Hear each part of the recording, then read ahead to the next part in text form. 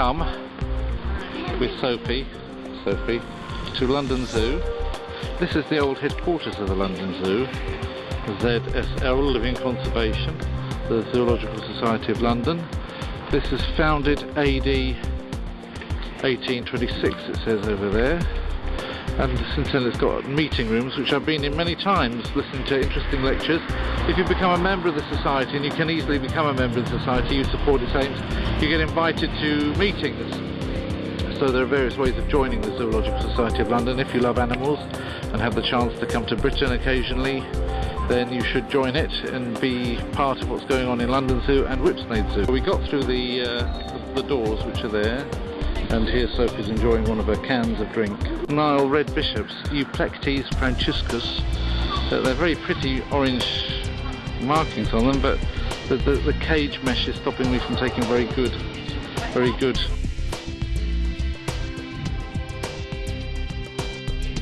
So you've got Cape hunting dogs here, which used to live in Whipsnade, in a corner which is now pretty much disused over there. They're not doing much. I think they're a little bit hot today. They being used to the African climate, so that the London climate is a little bit too much for them. So they can't quite get themselves mobilised to do much right now.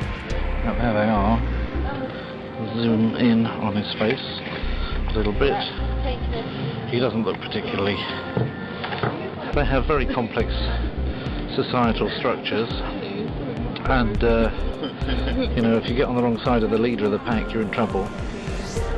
So it's a bit like people, really. There is actually what it says it is. There's some warthogs there. It says here warthog, looks like warthog, but it's warthog. Phacocoerus ethiopicus for clever people. And they've got their tusks out there. Really quite impressive beasts.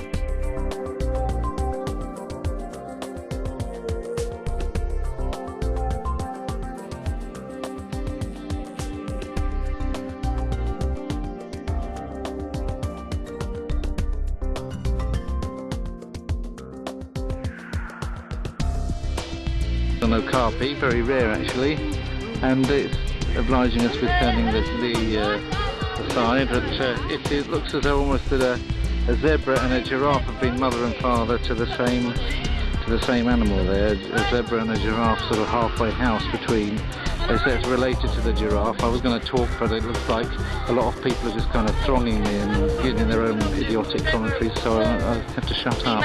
Right, it's a bit more like it now because they've gone. So you can see. You like the zebra? Oh, what he's saying, that's a zebra at the top level. I mean, how stupid can you get? You wouldn't care, but these people are actually from that place. Okay, so one reason why this animal, the Okapi, is particularly well loved in London Zoo, why there's always an Okapi to be found in London Zoo, is that the Okapi was actually discovered, as far as Western science is concerned, by a member of the ZSL, the Zoological Society of London, and is therefore named Okapia Johnstoney. I think it's John Stoney, not John Stoney. And this Johnston character was a member of the Zoological Society of London who discovered this animal in the Congo. Of course, the native Congo people knew it already. It's hard to avoid it, I suppose, it's quite large, but it only really counts for Western science when a white guy does it, and this white guy was Johnston, and he did it in 1901, and so it was named after him. So there we are, and off it goes. It's had enough of my talk. You can't go and see them when they do go inside, because they've closed the Okapi house temporarily, because they've got a baby one, which is good. And that's why we pay money to come to this zoo, although it's expensive, and gift aid it and everything like that, so that we can be part of these projects where something which is extremely rare, and especially with Congo being war-torn and everything's getting rarer and rarer, but in London here in the zoo they're breeding, so there's always hope for the species as long as they're...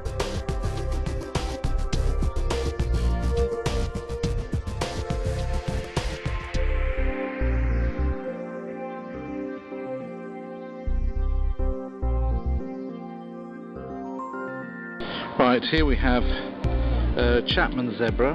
In Latin it's called Equus Burcelli, or Burcelli, because the Italians think that one of their own, a person called Burcelli, found it, whereas we all know, we who are fans of talk radio, know that Peter Chapman actually discovered it, so we call it Chapman zebra. Now we'll see if there is actually one of them, because it seems to be elusive. It's not calling into the show today. Come on, Chappers, where are you? Where's the Chappers zebra? I think I spotted Chappers' zebra just showing off his backside over there. So I think that's two of them lying in the prone position, as it were. But you can't see them more closely. There we are. It says zebras, but I think they're slightly confused. I think they managed to change the animals around quicker than they changed the signs around, because this is not the sort of thing that I'd call a zebra. Not that I'm any kind of expert, but that doesn't look like a zebra to me. There we are. Lovely, isn't it? How graceful.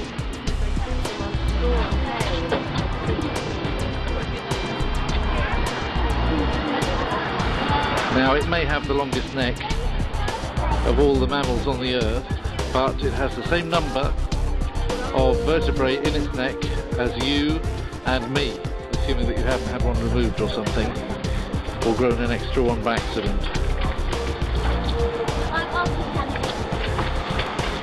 So there we are. And it doesn't seem to want to move that much. It's very placid, doe-eyed animal, very beautiful. They called it Camelopardis when they discovered it, because they said it looked like a cross between a camel and a leopard. Camelopardis. But of course it's nothing to do with that. You don't need leopards and camels to produce the next generation of giraffes. And they wouldn't even help matters, actually.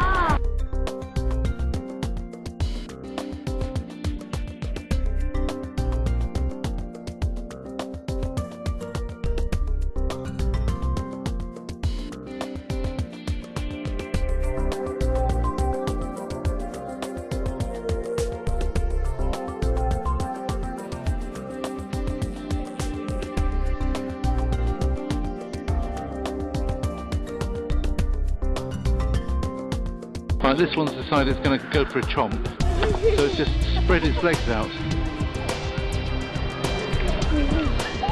No, it's not breaking them. It's going to be able to get back up again, I'm sure, because it's done this so many times. Chomp, chomp, chomp. Here it goes. Oh, we're at it. We're just taking a little bit of that. There's the Snowdon Aviary, by the way. One of the biggest, I don't know if it's still the biggest, but it used to be the biggest cage, if you like, the biggest cage for birds to free fly that there was in this country. But it may well have already been overtaken, because there's things like Eden projects and what have you. It's back up again. Okay. I'm going for its little walk. Oh, they look lovely. So sedate and demure and debonair and other adjectives which we take from the French language.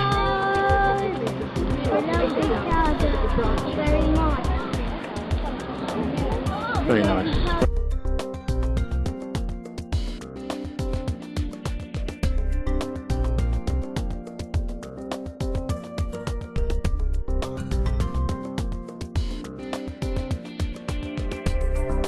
Favourites, the tapirs. There are 5 types, as one of them is here, apparently here, although you can't see it anywhere here, and that's the Malayan tapir. They've gone inside their house, but the house is closed, like most of the houses here seem to be closed. Don't know what they're going to do in winter, because the animals are always indoors in winter. You just probably see nothing then. But basically, tapirs are a favourite of mine. I can't remember which of the two it is, whether it's Perissodactyla or Artiodactyla, but there's one of the two have got only the horse in, the rhino and the tapir. There's 5 types, like I said. Some of them have got more genes than others, or more chromosomes in their gene than others. I have a theory that the more they wandered from the original place that they came from, the more they had a tendency to lose their chromosomes. But I just throw that out. If you're a zoologist, prove me wrong. If I'm right, it has knock-on effects for certain other things that creationists think. That's a yellow wagtail. There's a lot fewer of them around. this year. It was in the paper, but there's one just happened to fly down there, be bobbing along, although it's not a red robin, it's a yellow wagtail. So there you are. You won't see that always. Lovely. Pliska in Polish.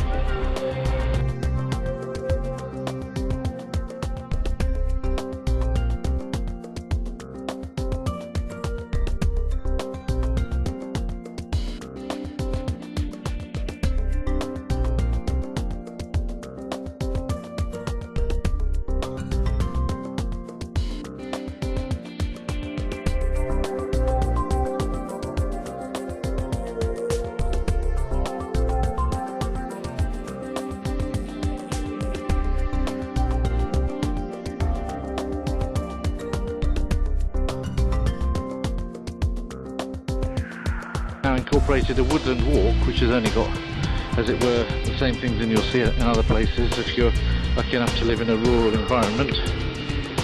But what you have is you've got barges going down the canal here, and they'll take you from London Zoo.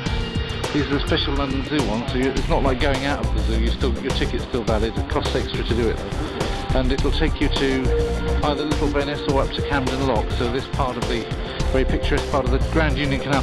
Now those of you that are aware have seen some of my other things, and they've seen that I walk along the canal towpath. Well, there's the same canal towpath, which is absolutely public, and it goes through the zoo. So the zoo actually crosses not only that road up there, but also it crosses the Grand Union Canal. So there's public access going through the zoo in two corridors, as it were, twice during the whole size of the zoo.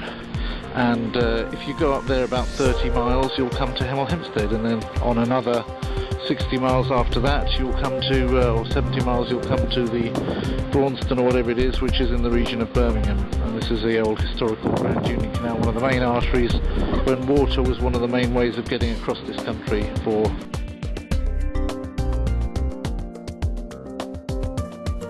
There we see the Grand Union Canal next to the Snowdon Aviary, right over it, actually overhanging the towpath there, giving walkers a free look at the herons, ibises actually rather than herons, to be strict about it, but they're a type of heron, these sacred ibises as they're called.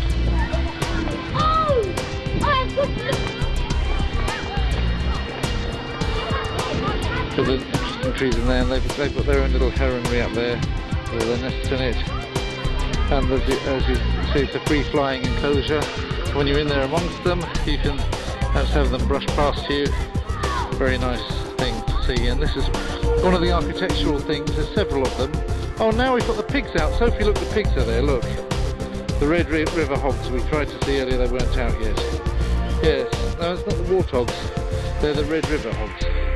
They weren't out when we passed before, now they are. So there we are. Well, there's one running along there to join them. 3 little pigs. And there's another red thing running there. So, there we are, Red River Hogs. Right next to the canal, just to make them feel like they're in a riverine environment. Make them feel maximum.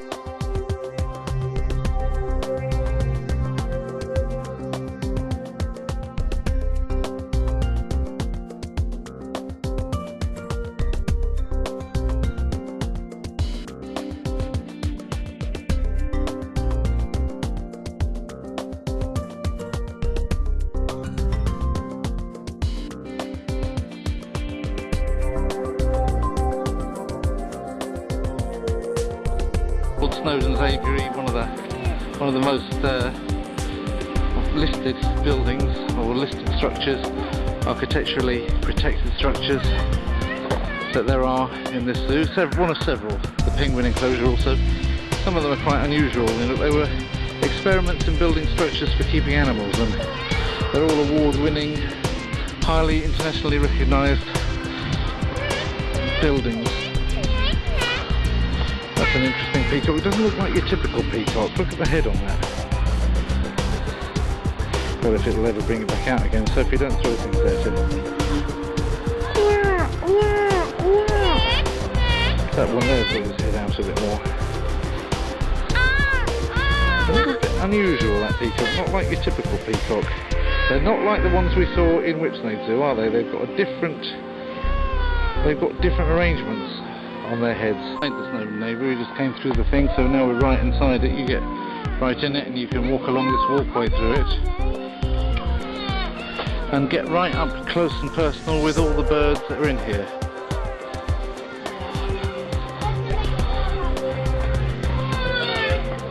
You like it, Soph?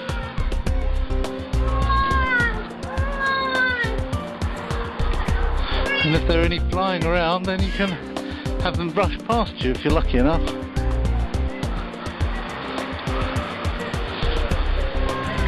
And of course there's no impediment to photographing them in all their glory because there's no cage anymore. So I can take some nice photos.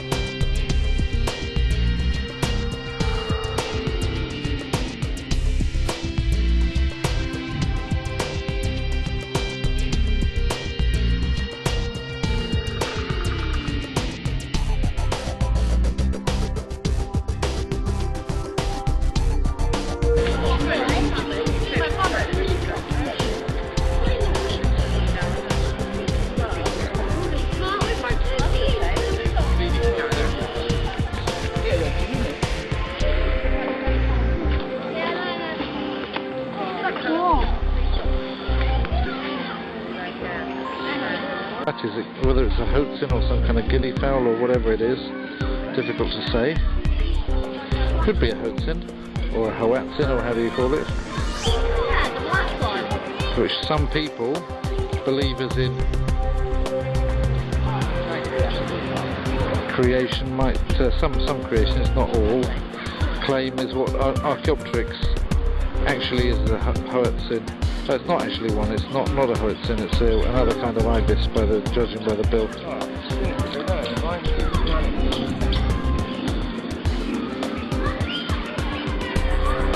There went by an expert on the requirements of wild birds. Stinks a bit, doesn't it?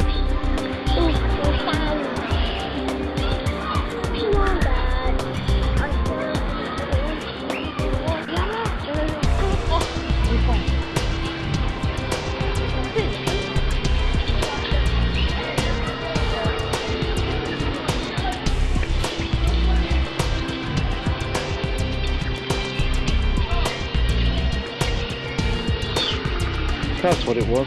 That one, a wall drop or a wall wrap ibis or ibis, Geronticus aerometa.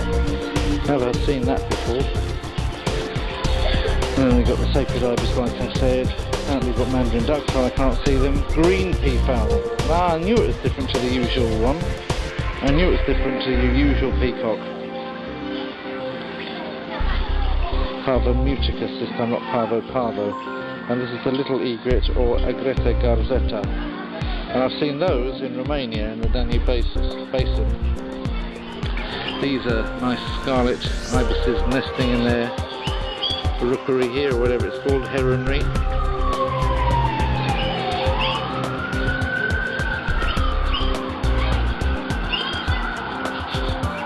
And you can hear the nice tweeting of birds in the branches. Some of them being native birds that have flown in here.